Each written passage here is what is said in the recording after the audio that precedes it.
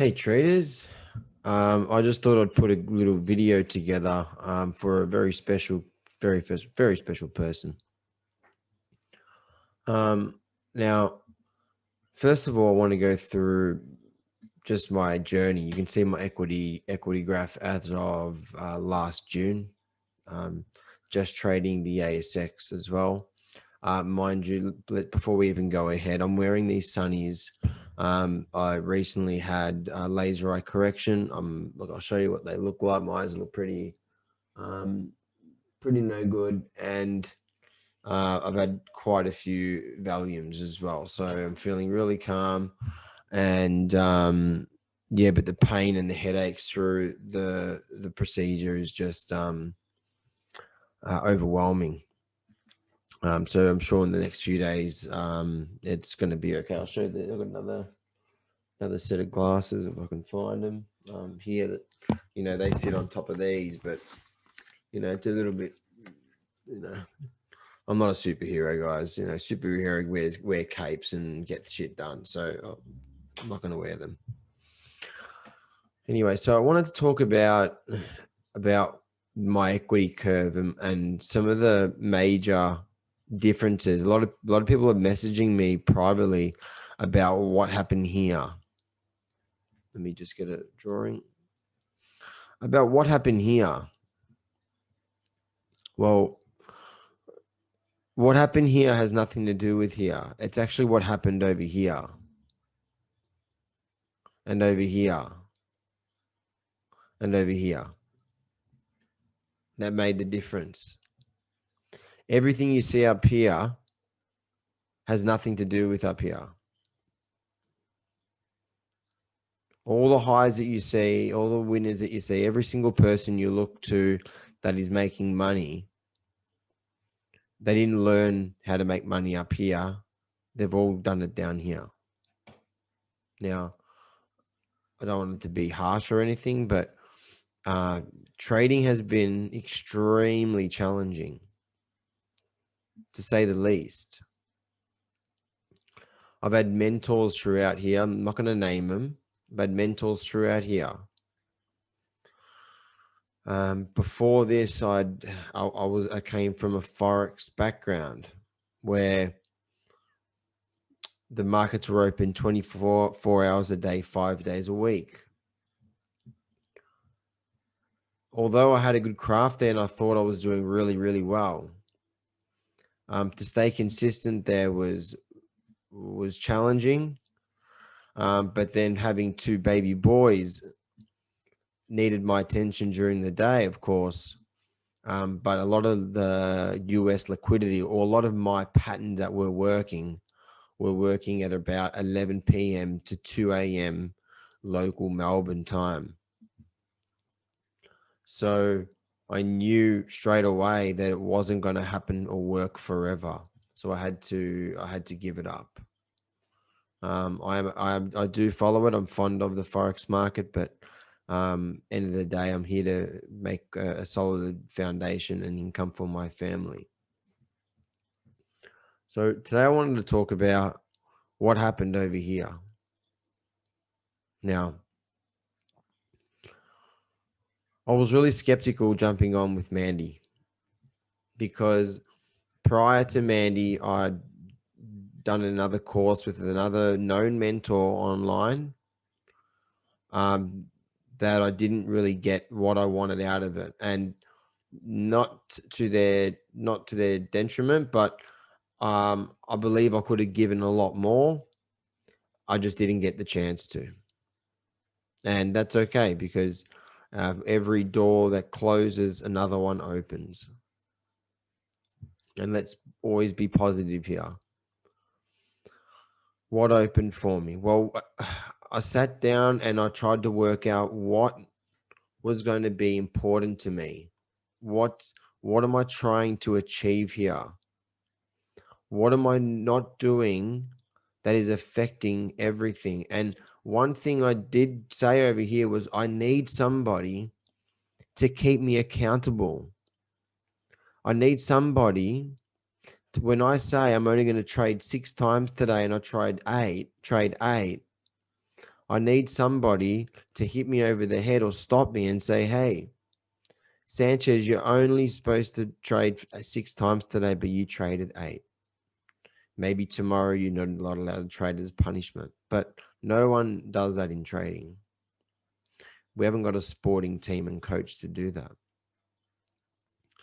But it was something that I needed. I'd come from a background of that, and I needed this. I needed accountability, someone to make me accountable for what I've done. And number 2, give me I've got ideas, give me the confidence to propel with my ideas. I bring in Mandi. Now, Mandi started roughly, I'm going to say October 1st.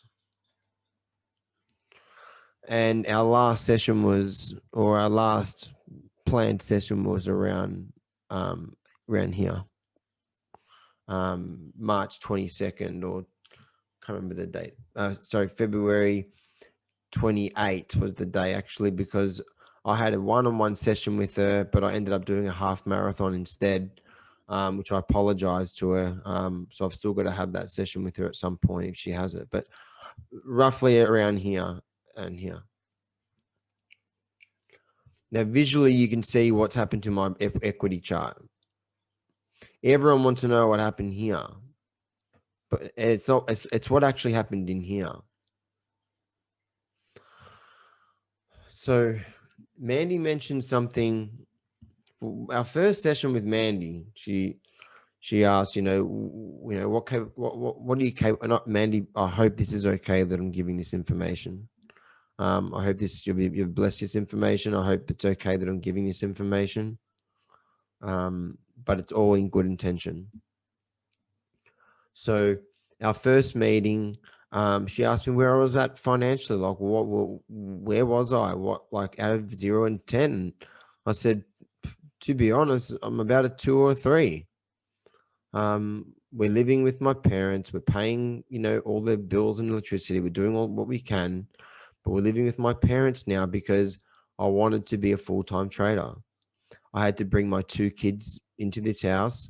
My wife lives with us in this house, and it's not ideal. For anyone that doesn't know, I clash with my mom a lot. So in this environment, I just try and really be quiet and stick into my room. But that's just the sacrifice we had to make to try and trade. So she asked me how much, scale of 1 and 10, where are you now? And I said, I'm about a 2. And this is here when she asked me, following all this. Yeah, how can you be any more than a 2 there?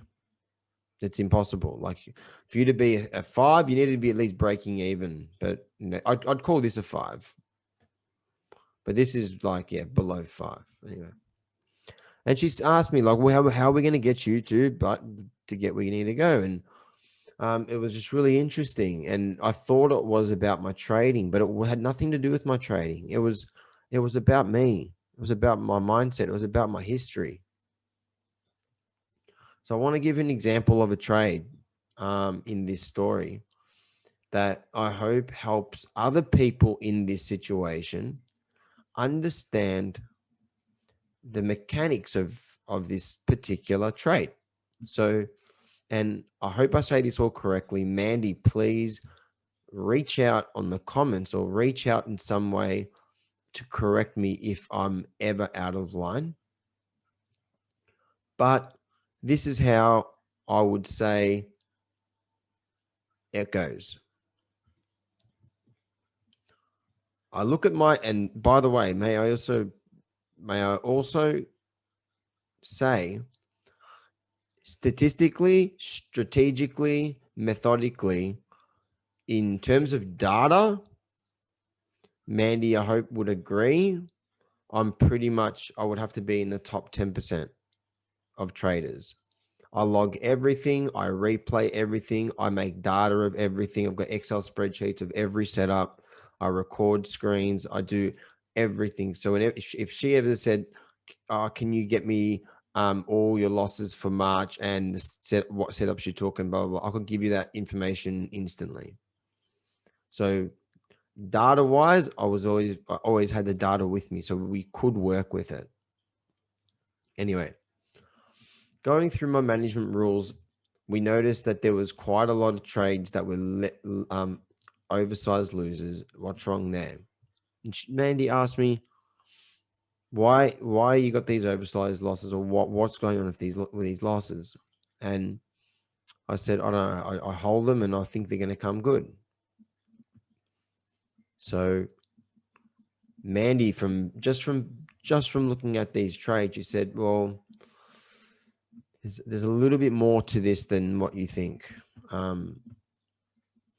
We will find one or two traits of you that will be responsible for over 80% of your patterns. Or if I do it the other way, there'll be one pattern that you do that will be the reason you take all these trades, or all these losing trades. There'll be one pattern or one trait. I was just gobsmacked by that, and I said, "Well, okay, well let's dig deeper into this."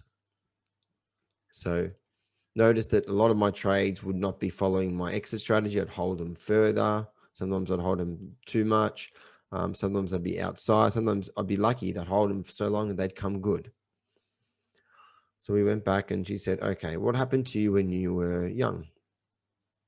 I said, heaps happened. Where do you want to start? Well, what happened, when was the time that you thought that you weren't good enough, or maybe at school? And I said, look, I went to school, year 11 and 12. I started playing the ASX game. I was very interested in it, very interested in accounting. Tried to get the grades for accounting. I was a little bit of a troublemaker as well. And come time for the university, I missed out by, 10 points of getting into the uni to be where I wanted to be, to get into applied finance. She said, what did that mean? I'm like, well, I was devastated. I was extremely upset. Like, I felt like I let myself down. Like, I could have done harder and done this and done that. I didn't get in. So I ended up trying to get in through other ways. None of them were successful. So what I had to do from there was I became an electrician. I became a sparky. I never wanted to be a sparky, but that's what fell on my lap at the time. She said, okay. Then there was times like being in the soccer team where I wouldn't make in terms of the back line, there was 3 players in the back line. There was a stopper in the front, the left wing, and the right wing. I was right-footed. I was only a kid. We're all only a kid, under 11s. I'm the right footer. Was I the best right footer in the group? Nope. Was I the best right defender in the group? Yes, I fucking was. 100% was the best right footer in the back line. But the coach and his son, they went to a different school to a lot of the group gang there, and they had their own friends that came. And they ended up replacing me with a left footer playing the back line, which I scratched my head about that. For anyone that doesn't understand, you want a right foot. I mean, there's nothing wrong playing a left footer, but if you want a right foot, if you want a right lane, you want a right footer, because if you can dribble the ball forward and bring up forward pressure into the forward line, a right footer can also act as a wing and can cross the ball in with his right foot. That's his preferred foot. To have a left footer there where you're stuck, it's not his preferred foot. But anyway, I'd have to fight for my spot every single week, to a point where I just got over it. And I just said, you know what? I don't want to play for this team anymore. I'll just go play for another team. So there was that. And then, even as an adult, there was, playing footy, and sometimes you are better than some of them, but you've got to be in the crew, you got to be in the crew to get accepted. Anyway, that's why I ended up at boxing. Boxing is a one-man show. You jump in the ring, you're the man. You win, you're on your own. You lose, you're on your own. Doesn't matter, you're on your own. But I enjoyed that because of that. I didn't have to do it for anybody. Just did it for myself. So come back to what's the moral of the story? Okay, well, Mandy, you would see a losing trade. Why are you holding on to this losing trade? But then you go back to history. It's because at some point you don't want to fail anymore. Because look at the soccer and look at your uni degree and look at boxing and you look at all these different things. We hold on to the trade because you don't want to fail anymore. This is the first time you're on your own in a financial world. The failing is not an answer because you've got that attitude. When you're in a losing trade, it's against what you know, and the only way for this trade to do right by you is if you hold it until it comes good. It's a trait that now I observe, and you need to eliminate it from your playbook. If the trade is wrong, it's wrong, you're out. If it triggers the trigger, you're triggered, you're out. There's no more holding on to. And what can I say? And the only thing I will say is in this area, there may have been 4 setups that encouraged higher losses or encourage what I call the it would be like 4 losses, but they'd all have their own, like, it's just too variable, or subjective is the word. They're all subjective. Like, where was the exit? Oh, here. But sometimes it can be here. Oh, sometimes it can be here. That's too subjective. Those types of setups, that you just got to get rid of them. So there was 4 of them in there that I completely stopped trading them, even though I loved trading them. Right? In there. Based on this rule of just cutting losses early. Then between here and here, I had 12 setups all up. I cut another maybe 3. So from 7 goes to 4. There was 8 left. Then from here, there may have been, like, let's say 5 left. Right? 5 setups left. Then Mandi went through my stats, through the way I trade, how I hold on to trades and do this. She goes, she gave me some homework to do. I want you to know, out of all the 100 losing trades of this particular setup, we call it the Rodman, which was one of my favorites. At that point, Rodman had like a 53% win rate and something like a 0.9% profit ratio, which it was making a little bit of money. That's just a tiny bit of money. But she said, go through all your losses that you've put through and mark and go through all the management rules of what happened in these trades.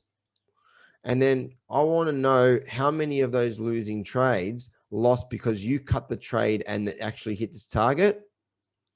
I want to know how many trades did you get in without were a loss, but your entry was not where you said you would, not a part of your rules.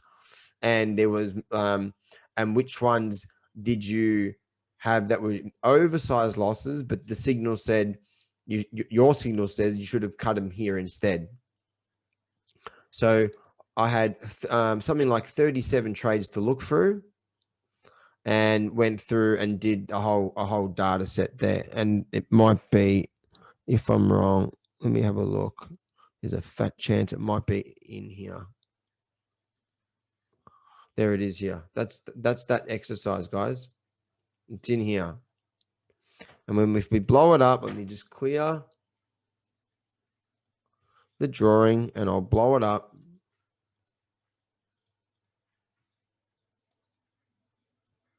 Somehow. So we've got the management rules, the trigger. We've got the one would be true. Oh, I just stuffed something up. 1 would be true, 0 would be false, blank would be false. And then it's just like a series of of 1 and 2s, 1 and 0s. These are all the exits, the tick value, and everything, right? Pretty much the whole lot. And from basically what I said earlier, it was the average win was 41%. Well, with my correct execution and being in time and in line with everything that I say, it should have been closer to 81.82% win rate, right? So she pretty much knew exactly what to look for in terms of don't show me your winners. Like a lot of people are just drawn into winners. Don't show me your winners. I want to see your losers, right? And I'm going to show you the following month. I think it was October.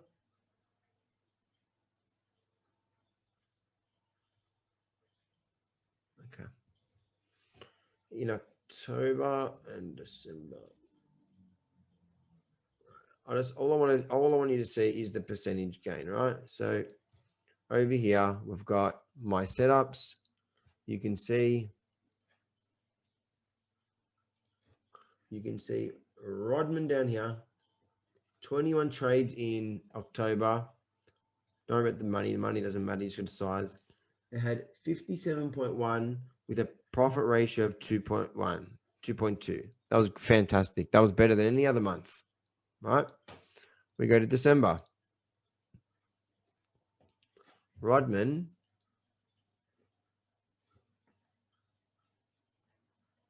27 trades, 76% at 0.92. So this month here was the month after we did that exercise. We'll quickly look at December, which is a very slow month. I gather that there was not much happening there. Rodman, 60%. Okay, 84. All right. Let me go back to here. All I'm saying is we did a task.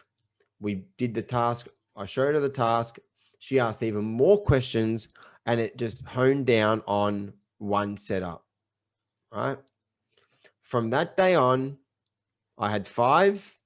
From that day on, I did the same thing for 2 more setups, and I decided that I was only going to ever trade 3 again. So I had 12 up here, 3 down here. Okay. There was one in here that I loved to death. I loved this trade. This trade, I structured it myself. It's nothing you're going to find unless someone's taught you this trade. I'm sure there's a lot of people out there that know it, but in the groups that I'm in and the people that I know and the people that I trade, I think I was the only one trading one particular setup in there, and it breaks my heart that it's not in this 3. But the goal now is to get this up to here, bring it to a point where I can bring my little guy, my little C, back into my setups at a smaller rate and try and perfect him and master him. But that's my goal. Anyway, enough of that crap. So what do I want to, what do I actually want to say? So, okay. So Mandi and Mandi. Mandi is not what you think in terms of if you're going to Mandi because you don't have a strategy. It may be beneficial, but what I think is with any trader is there are 10,000 strategies out there. There's so many of them. None of them are holy grails. You just need to find one and master it. You need to find 1 or 2 that work. They will be painful for months and months, probably years, but master them. As long as historical data has said these work, they will work. As long as you see them every single day, that means they worked at some point. The only difference is executing them. The executioner isn't timing it right.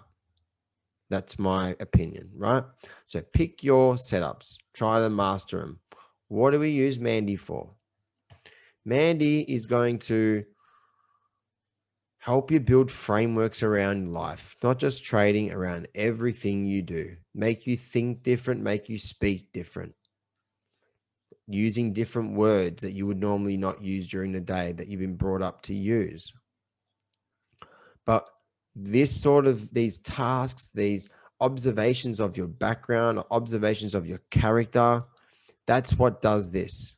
That's honestly what starts to do this. It helps you here. When it comes down, it helps you when it's coming down. It's just an example would be we're speaking in a group session with the group of her mentees, and I say the word struggle. Now, struggle is a blocking word. I didn't know that back then. And you could see some of the people go, ooh, and they knew I was in trouble. Mandi stopped the conversation. The conversation was, we were hours in. She stopped the conversation, turned to me, and said, may I explore that word struggle with you? And I'm always up for a good time. So I'm like, yeah, for sure. And we dug down that word struggle, dug down through what that actually means, go through personal stuff in front of people, going real personal. But the key there is to observe what has just happened. Observe the feeling, observe what that means. Someone else may have something to say. Observe what happened, observe. Come down to trading now. One thing is when you're in a trade or you're just about to get into it, how does it make you feel? Do you feel that tightness in your chest? She would say, can you put a shape to that tightness? Like, can you feel that in a shape? If you can you control the shape now? Can you spin it? Can you twirl it? Feel that, right? If you're doing these things in an anxious way, then hold it, feel it, observe it. Don't take that trade, and be good and feel in peace with it. And then there would be a trade that would take off, and I was nervous, but it would go exactly where I wanted it to, and I just watched it. Generally, I would jump on that with FOMO. But using this exercise, I was in peace with it, and I was just, I'm fine with that. That's good. There's another one tomorrow.